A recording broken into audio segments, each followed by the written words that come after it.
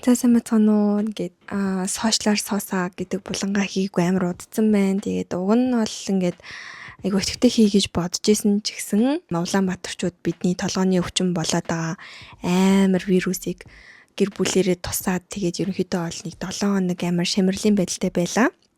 Би заяа ингээ 3 жил 3 жил би ингээ хүүхдээ асарч байгаа байхгүй юу.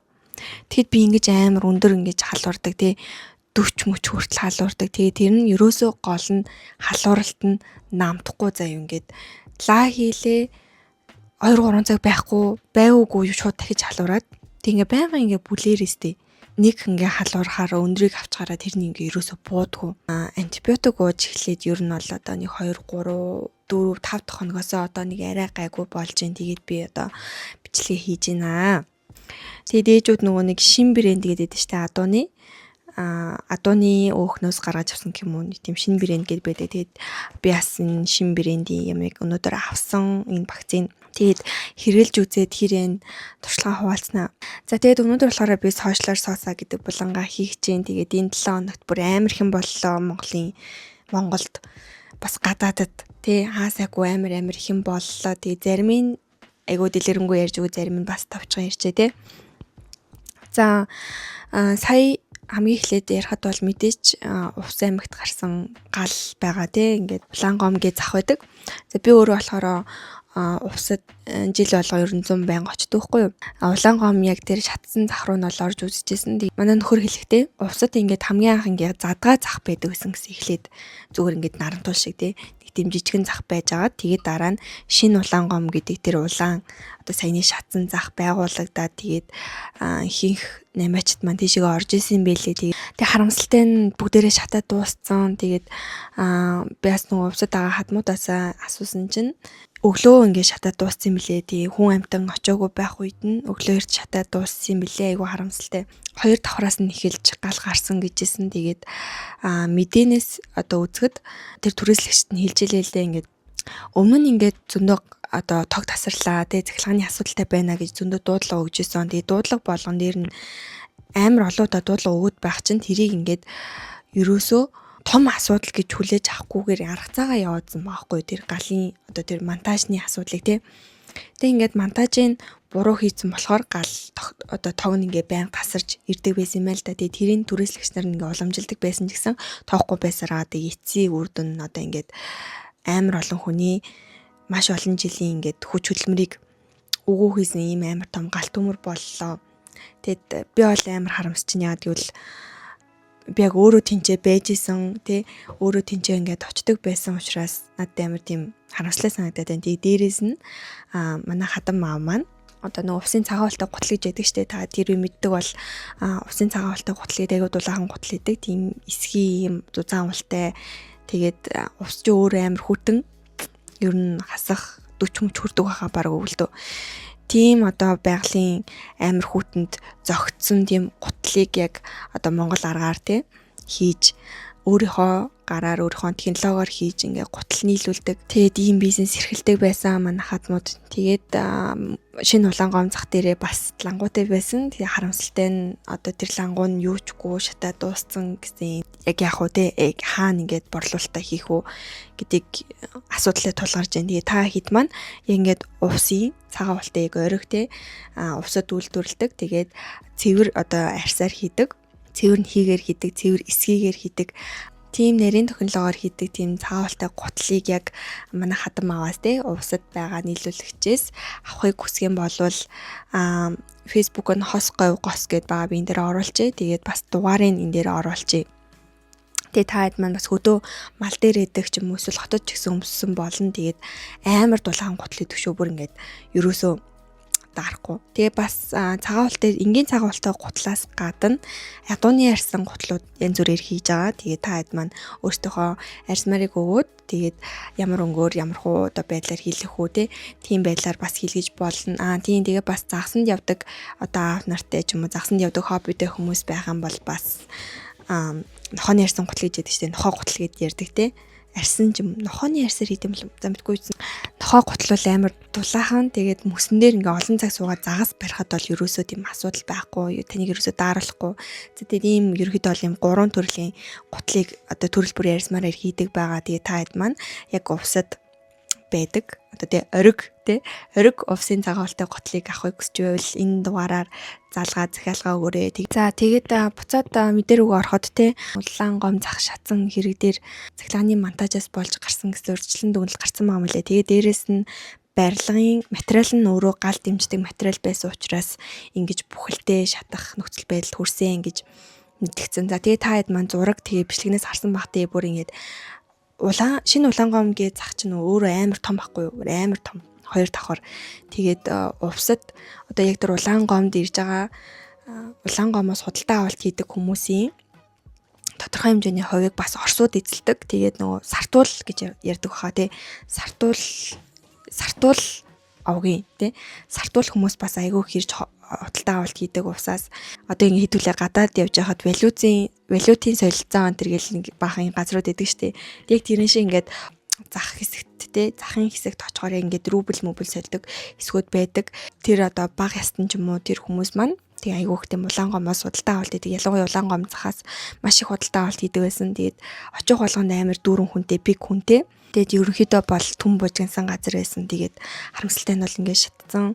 Тэгээд би бол орж үтсэн байсан хүнийхээ хувьд хэлэхэд одоо яг улаан гом гэд одоо яг тэр шатсан захын хажууд дахиад амар ойрхон бас нэг зах байдаг. Итгэлт билүү? Итгэлт гээд нэг зах байдаг. Тэгээд бас амар ойрхон 2 3 юм том худалдааны төвд 8 тэр байдаг хгүй.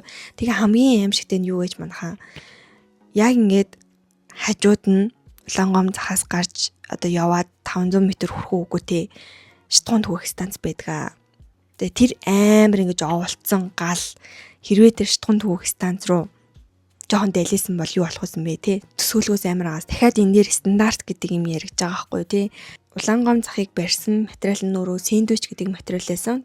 Таад маань мэддэг бол дундаа юм хөөстэй те 15 см-ийн зузаантай ч юм уу 20 ч юм уу тийм зузаантай хөөстэй. Тэгээд гадуураа дээврийн төмөр тэгээд дотоороо бас нэг юм доторлогооны жижигхэн материалтай тийм ингээд тавьжуулагдаад сэндвич гэж нэрлэдэг. Тэгээд тийм материалаар ингэж хийгдсэн. Тэгээд хөөсөн цэрчүү өөрөө гэл амар хурдан шатаад чижтэй баран ингээ хайлаад дуусчдаг байхгүй юу. Тэгээ тийм материалаар бүхэлдээ хийгдсэн байлээ. За тэгээд хамгийн сүүлд одоо яг энэ кейсээ хаахад те улаан гом захын түрээслэгчдийн хохирлыг бол яаж барагдуулах тухай яг одоо шуурхаа хуралдаад явж байгаа юм байлээ. Тэгээд миний одоо хувийн зүгээс овсын хүмүүс маань ингээд ер нь хурдан ажиллаа явуулдаг мөртлөө амар тайван хүмүүс шиг санагдаад байдаг. Тэгээд 300 гаруй одоо түрээслэгч те одоо нэг нь бас манайх байна. Түрээслэгчдийн хохирлыг бас хурдан барагдуулчих واخа гэж би бол нээд чинь яагаад гэвэл одоо миний мэдих увсынхан бол маш юм хурдан шалмгай хөдөлмөрч хүмүүс байдаг болохоор. За дараагийн ярих гэж байгаа сэдв маань болохоор улс тунхагсны баяр сая болсон. Тэгээд хэдүүлээс улс тунхагсны баяр гэд яриад сурцсан хөвшсөн. За тэгээд 11 сарын 26-нд сошиал дээр бас нэг юм одоо сэдв өрнөсөн байгаа. Тэгээд тэр нь болохоор юу вэ гэхээр 11 сарын 26 бол улс тунхагсны баяр биш ээ. Бүгд найрамдах улс байгуулагдсны баяр юм аа. Аль одоо 1206 онд Хэзэн Чингис хаан маань их Монгол улсаа байгуулад ингээд анхныхаа одоо Монгол улсын Монгол гэдэг нэрний доор одоо улсаа байгуулж исэн юм аа. Тэгэхээр одоо Монгол улстай байгуулах улс тунхагласны тэдэн жил яв бол 11 сарын 26 биш юм аа. Тэгэхээр одоо улс тунхагласны баяр гэдэг маань бидний хилээд хөвшчихсэн энэ хүү баяр маань яадаг баяр вэ гэхээр 1924 оны 11 сарын 26-нд хамгийн анх одоо бүгд найрамдах улс болж исэн. За тэгээд бас ингэж болоогүй. 12 дугаар сарын 29-нд тусгаар тогтнолоо сэргээн мандуулсны баяр гэж болдог тий.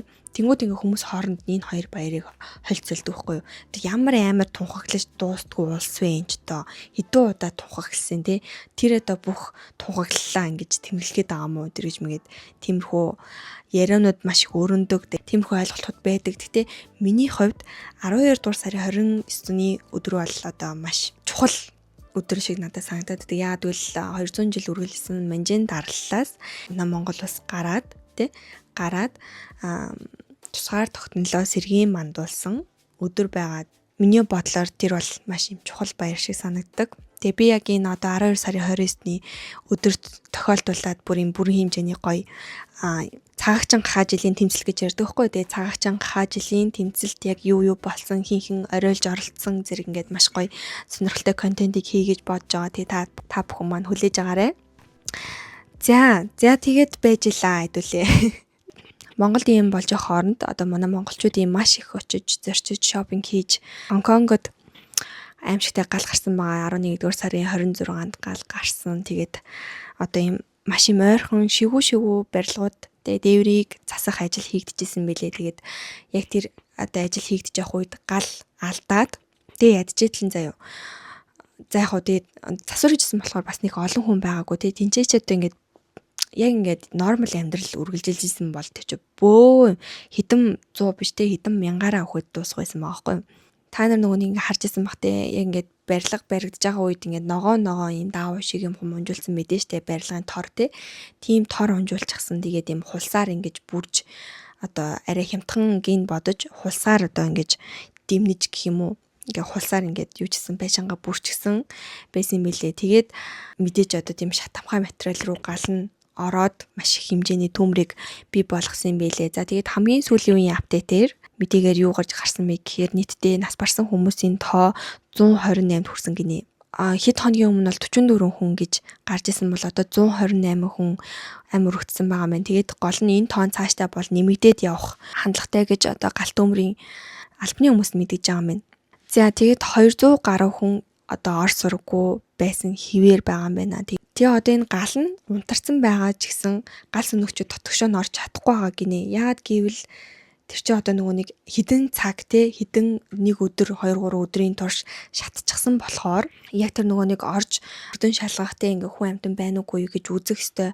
Яг тэр хэсгүүд нь одоогийн байдлаар 200 Цельсийн ийм халуун байгаа гэж байна. Тэгэхээр одоо гал сүнөгчөд болон аврагчид юу хүлээж аваа гэхээр агаарын температур нь буурахыг хүлээгээд орж чадахгүй байдалтай ингээ зүгээр гаднаас нь ажиглаад байж байгаа гэсэн үг. Тэр амар харамсалтай агаад зүгээр ингээ гал нь унтарчаад тахад орж чадахгүй ингэж байна гэдэг ч юу гэсэн юм. Тэгэхээр ингээ гал төмөр гэдэг чинь өөрөө асж яхтаач унтарсныхаа дараач тий ямар амар хор уршигтэй ямар амар аимшигтэй зүйл гэдгийг бас энэ өдрүүдээс харж байна.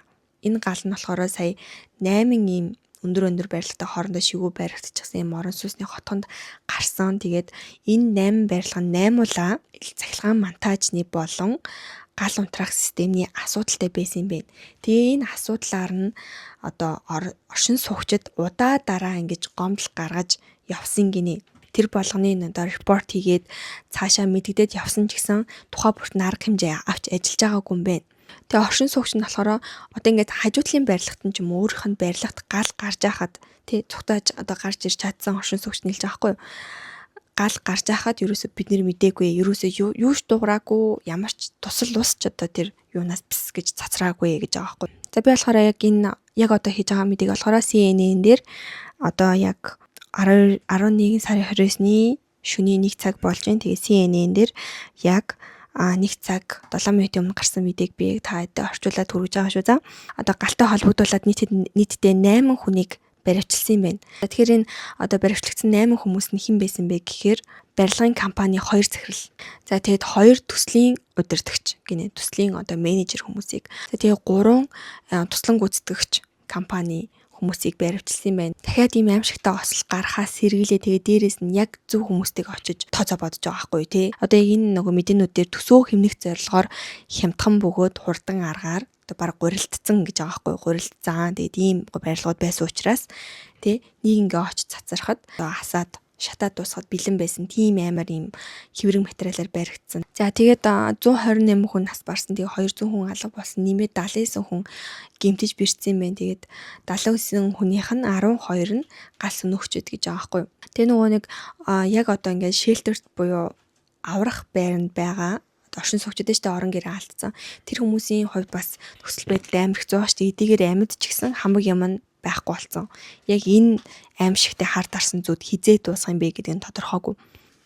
Яг ингээд нөгөө оршин суугч нь асууж байгаа штэ. За энэ аимшигтэй энэ хар дарсан зүуд энэ бүхэн хизээ дуусах вэ гэд асууж байгаа. Тэгэхэд бол цагдаагийнхан болон гал сүнөгчд ямар хариу өгж байгаа вэ гэхээр яг энэ түрүүний хэлсэндээ 200 Цельсиэс одоо энгийн төвшөнд очих хүртэл бид нар бол нэг 3-4 7 хоног хүлээх шаардлагатай. Тэгжээж одоо мөрдөн шалгах ажиллагаа явуулнаа. Тэгжээж хариуцлага тооцноо. Тэгжээж та нарын охирлын хэмжээг тогтооно гэсэн маа. Оршин суугчдын хувьд бол тэг 1 сар бүхэлдээ 1 сар одоо амьдрах орон байргүй гэж явна гэдэг бол маш хүнд штэ. Хонконг ч өөрөө ямар амар өртөг өндөр хот хүлээ те. Бараг Шанхайгаас өндөр гэж гарч исэн сүлд судлаад үзсэн чинь. Тэгээ ер нь бол эдийн засаг нь сүүлийн үед уналтанд орсон байсан байхгүй юу? Тэгсэн чинь яаж одоо эдийн засгаа аврах санаас эзэн бэ гэхээр маш олон ийм их сургуулиуд те их сургуулиудаараа боловсрлоороо дэлхийн залуучуудыг татаад ерөөдөө бол Хонконг нь залуучуудыг татах журмаар тэгээ эдийн засгаа тэлээ явж исэн. Газар маш их үнэтэй. Тийм болохоор зарим бас сургуулиуд кампусаа барьж чаддгүй. За тийм учраас бас одоо маш их оюутнуудтай тий байр ингээд хомс байр нэг үнэтэй тийм байсан учраас таад манаас ойлгож байгаа бах. Энэ мэдээгээ хаахад одоо тийм ингээд амар дэлгэрэнгүй ярил бүр амар их юм байна ингээл дунд нь одоо насварсан хүмүүсийн дунд Филиппин болон Индонез хүмүүс байсан гэж юм. Тэг хамгийн чухал нь юу вэ гэхээр яг одоо ингээд одоогийн байдлаар тий 4,000 хүний орон гэр сүйдсэн 4,000 хүний эд хөрөнгө болон ингээд цаг хугацаа сэтгэл санаа нь ингээд тохирсон байгаа байна. 2023 оны 1 сарын 31-нд гарсан аимшигтай хэргийг санагдуулж байгааз те. Одоо хүртэл яг тэр нөгөө нэг глобал гээ сургуулийн хажууд байдаг байр, дэлбэрэлтэнд хүрсэн байрны оршин суугчдыг яг яаж охирлыг барагдуулсан нь одоо хүртэл тодорхойгүй байгаа. Тэгээд юу гэсэн хажуугаар нь явахаар нураа жилээ тэгээд нураах төсөв нь бас 2 тэрбум төгрөг төсвөлсөн гэсэн. Тэгэд одоо ингээ баг 2 жил болж штэ 26 он гараад 3 жил болох юм байна бүр амар удаа. Тэгээд тэр 3 жил тэр олон өөр хайлыг одоо түрээсээр явуулж байгаа мó яаж байгааг нь мэддэхгүй тий. Тийм нөхцөл байдалтай. Тэгээ ер нь Монголд серозны хэрэг гарсан ч гэсэн мартагдаад байдаг нь амар асуудалтай байхгүй юу?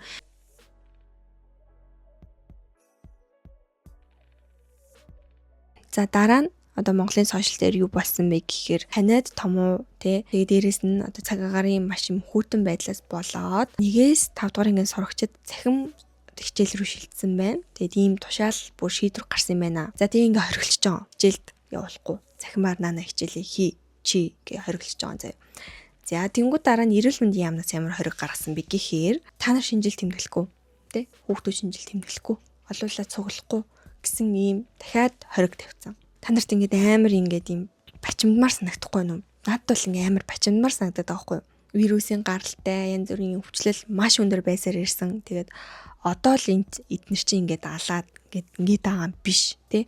Өмнө нь ингээд бүр амар өвчлөл гарч байсан. Тэгэхээр энэ дээр бол хүүхдүүдийн боловсролыг энэ дээр бол ингээд хөсөр хаймааргүй байгаа байхгүй ерөөсөө. Юм л ингээд хүүхдүүдийн боловсролыг ингээд хөсөр хайчдаг. Ерөөсөө энэ ханиад ерөөсөө одоо идэхгүй байгаа энэ амар томооч юунаас үүдэлтэй юм бэ? Мутацид ороо гараад ирсэн ингэж байгаа. Тэгээ мутацид орох нөхцөл байдлыг юу хүргээд байгаа юм бэ? Утаа штэ тий. Бид нар одоо ямар амар утаан дунд байж гин амар утаан хөшгтэй. Бүр ингээд жохон гараал ингээд харахад бүр хав харын үүл Улаанбаатар дээр бэждэг. Тэр бол тэгтээ үүл биш харамсалтай нь утаа. За тэгээд хотын төв рүү орохоор яг ингээд жорлонгоос үнэртдэг шиг амар өмхийн өнөр үнэртдэг ш. Та нар мэдвгүй би бол яг үнэртэхгүй. За би тэгээд яг энэ боловсролын асуудал дээр өөрийнхөө санал бодлыг бас амар нээлттэй ярих гэж бодлоо туршлагаасаа. Би бол одоо өөрөө энгийн одоо хотын захын тэгээ захтаа орох юм уу? Одоо л А-бүст ордог болсон байлээ. Улсын сургуулийг төгссөн. Тэгээд би яагаад энэ бүхнийг яриад байна гэхээр манай боловсролын систем маань одоо ардчилсан улсын тийм Монгол улсын боловсролын систем маань өөрөө амар ялгаатай заяа. Бүр амар ялгаатай. Шалахгүй юм дээр ялгаа гарна. Ялгаатай байдал чи өөрөө үндсэн хуулиндаа тохироогүй байхгүй. Үндсэн хуулийн дээрээ хүүхэд бүр тэгш боловсролыг эзэмшнэ гэж заасан байгаа. Тэгээ яг бодит байдал дээр бол тийм биш. Хүүхдүүдийн боловсрал, хүүхдүүдийн бие авч явж байгаа байдал, ертөнцийн үзэл бүгдээр ялгаатай. Тэгээ угаасаа сүүлийн хоёр нь бол ялгаатай байх нь ойлгомжтой. Гэхдээ боловсрлаас үүдэж тийм ялгаатай байгаад байгаа байхгүй юу миний ажигласнаар. За одоо миний ярих байгаа юмыг жоохон шүүмжлэлтэй биш хүлээж аваарэ. Тэгээ миний одоо өөрийн маань туршлага учраас таад маань бас доор туршлага бичээд үлдээгээрэй. За тэгээд би яг оюутан болж ирээд яг яэш өөх үеэр амар ялгаатай байдлыг бүр амар мэдэрч байсан. За манай сургууль бол өөрөө миний төгссөн сургууль бол өөрөө дүүрэгтэй тэргүүний ийм сургууль байдаг. Гэхдээ хотын А бүсэд одоо бол ордог болцсон. Өмнө нь бол ордог байсан Б бүс гэдэгт ордог байсан зэ. За тэгээд яэш хөр боллоо.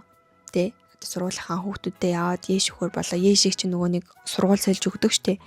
Тэгээд би за нэг сургуулиасаа за өсрөөл 2 км 3 км-ийн цаана байдаг сургуульд очиж өглөө ямар амар өөрөөсөн гэж бодож байна. Хүүхдүүдийн бие авч явж байгаа байдал тий. Тэр хүмүүсийн бие авч явж байгаа байдал, тэр хүмүүсийн яриа, тэр мэдээж ээшийн оноо маань тэнгэр газар шиг өөрөөс. Тэг би нэг юм амар сайн сандаа. Бидний ингээд одоо жоохон 7 8 дугаар ангид байхтлаа. Манад нэг шинээр багш шилжиж орж ирээд тэгээ нөгөө хүүхдүүд чинь ингээл амар шуугалтаал тэнгүүд багш нар бүр аргаа бард юм шиг байна. Тэгээ надад бид нар тэгж хэлсэн байхгүй. Хотын төвийн сургуулиудын хамгийн муу сурлагатай хүүхэд нь танай ангийн хамгийн онц сурлагатай хүүхэдтэй тэнцэнэ гэж хэлжсэн заяа. Тэгээ тэрийг би юусэн мартдаггүй. Яг гоо тэр багш маань одоо бидний ингээд зарцуулсан байдлаар хэлсэн ч гэсэн яг шартай бай те жоохон хичээ суралц гэсэн байдлаар хэлсэн баг. Хотын төвийн хүүхдүүдийн бас тэр суралцах арга барил нь бас маш өөр байдаг. Тэгээ би энэгээр юу хэлэх гээд байгаа юм гэхээр одоо энэ ялгаа улам амар гүнзгий болсон заяа. Улам амар гүнзгий болсон. Одоо ингээ хүүхдүүдийг харахаар хотын төвд байгаа 10 жилийн хүүхдүүд битүү англиар ярьж байгаа. Амар англи хэлтэй болсон тий.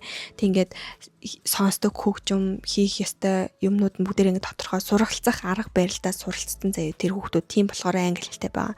Тийм болохоор мэрэгчлээ тодорхойлсон байгаа. Тэгэхэд хотын цахад бол шал өөр.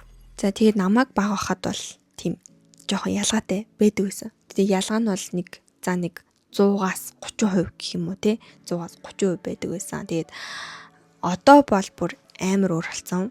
Тэгээд баг дунд ахлах гэлтгүү амар өөр болсон. Тэгээд та нар одоо Ешийн оноог харьцуулаад хараарай. Тэгээд сая нөгөө нэг Facebook дээр бас аягүй их явлаа л да нөгөө сошиал дээр боловсролын ялгаатай байдлын талаар. Тэрэн дээр нэг нийтлэг би санаж байна. Гэхдээ хэн бичсэн санахгүй байна. Сумын одоо хамгийн сайн сурдаг хүүхэд аймгийн төвийнхөө хамгийн муу сурдаг хүүхэдтэй тэнцүү байна. За тэгээд аймгийн төвийнхөө хамгийн сайн сурдаг сурлагт нь хотын захын хамгийн муу сурдаг сурлагтантай хэцүү байгаад байна. За тэгээд хотын захын хамгийн сайн сурдаг сурлагт нь хотын төвийн хамгийн муу сурдаг сурлагтантай тэнцүү байгаад байна гэдэг ийм одоо нийтлэл уншижсэн. Тэр бол гэхдээ арай хэтрүүлсэн ч гэсэн ер нь бол төхөн шүү. Хүүхэд сургуулаас зөвхөн боловсролыг авж гардаггүй. Хүүхэд орчин тойрноосоо ингээд хамт байгаа хүрээллээсээ тий найз нөхөд ангийнхан багш нарынхаа ингээд бие авч яваа байдлаас маш их юм суралцж идэг. Ерөөсөө сургуулал хүүхдийн хөгжих орчин ерөөсөө бие хүн болж төлөвшөх тий хувь хүн болж төлөвшөх бүр хамгийн үндсэн суурь газар нь бол сургууль байдаг. Тэгэхээр энэ сургуулийг хааж боогоод одоо бид нар хэдэн жил хааж боочв. Ковид үеэс хойш гэхэр ч одоо хэдий 20 оноос хойш ингээд 5 жилийн хугацаанд бүр битүү хаасан тий үйл болгон хаасан. За тэгээд багш нарын сая ажил хайлт гэдэг ингээд ер нь ингээд боловсрал амар хаягдаа явж байгаа. Тэгээ одоо энэ 2020 онд 1-р ангид байсан хүүхд одоо 2-р ангид болсон байгаа. 5-р ангид орсон ба шүү дээ. Тэгээд тэр 5-р ангийн хүүхдийн уншиж бичих тэр чадвар нь хэрээн. Тэгээ хотын төвийн хэрээн, хотын захын хэрээн. Таны хүүхэд чинь өнөөдөр сургуультай явахгүй, дарахгүй, ханаа төрөхгүй байлаа гэд ирээдүйд ингээд боловсрлоороо адилхан улсын сургуульд төгсчөөд боловсрлоороо ингэж амар ялгаатай байх ийм асуудал гарч ирнэ. Тэгээ тэ үеийнхнаасаа маш их хоцрогдох. За тэгээ цаашлаад сурах арга барилаа олоогүй хүн чинь өөрийнхөө хүсэл эрмэлзлийг олж чаддгүй ерөөсөө. Хүн ингээд суугаад бичээд сонсоод тэ дөрвөн ингээд хідэн метр хүүгээрээ алиунгээр нь би илүү их суралцж байна те.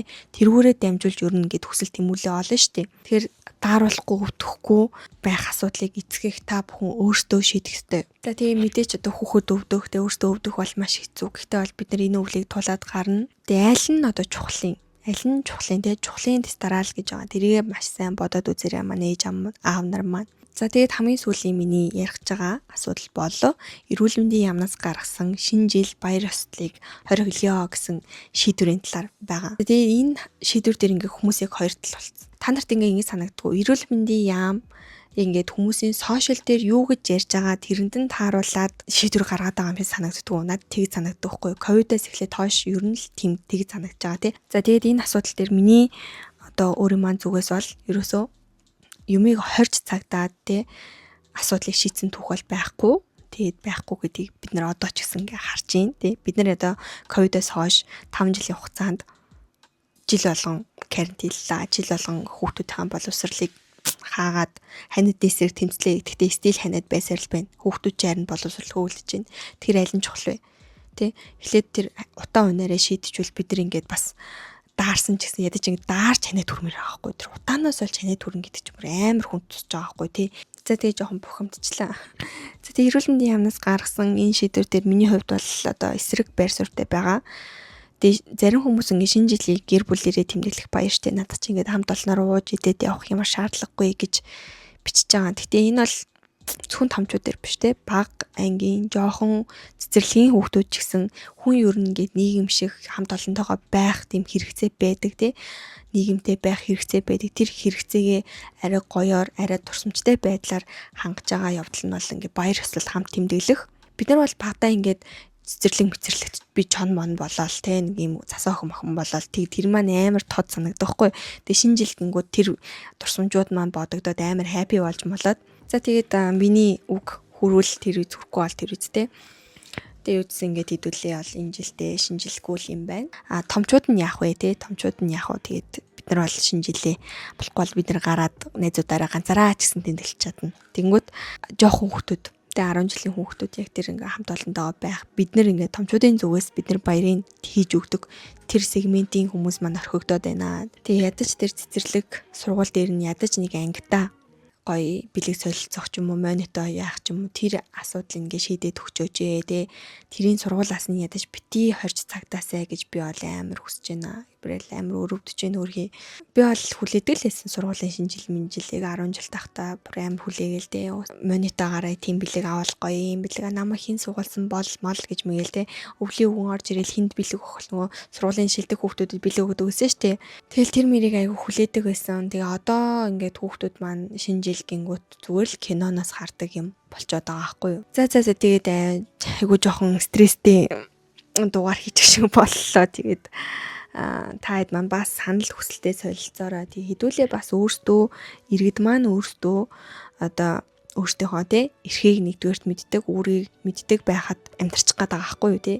За тэгээд өнөөдрийнхөө дугаарыг ингээ энэ хүрээд дуусгая. Тэгээд нэлийн амар хэрүүлтэй стресстэй дугаар болчлоо. Тэгээд та бүхэн маань би бас дараагийн 7 хоногт ингээ 7 хоног 5 өдөр бас ингээд 7 хоногт 7 хоногт юу болов хайлайттэй тиймэрхүү сэдвүүд юу болов тэднийг ингээд багцлж байгаа сайхан дугаар хийжээ гэж бодож байна. Тэгээ бас кино ярьдаг дугаар маань бас цаашдаа үргэлжлэнэ. Тэгээ та бүхэн маань миний хийж байгаа контентууд маань таалагдвал миний Instagram хаягийг дагаарай. Энэхүү сувг дээр маань subscribe дараарай. Тэгээ нэг хүн намайг бити амар гэж хэлж байгаарэ гэж хэлсэн. Тэгээ би амар гэдэг үгийг хэлэхгүй байх гэж хичээлээ тэгтээ хэлчих шиг нилээ хэлчих шиг боллоо. Тэгээд та бүхэн маань амралтын өдрөө аятахтай өнгөрүүлээрээ хүүхдүүдийнхаа дархлааг сайн дэмжээрэй. За тэгээд баяртай.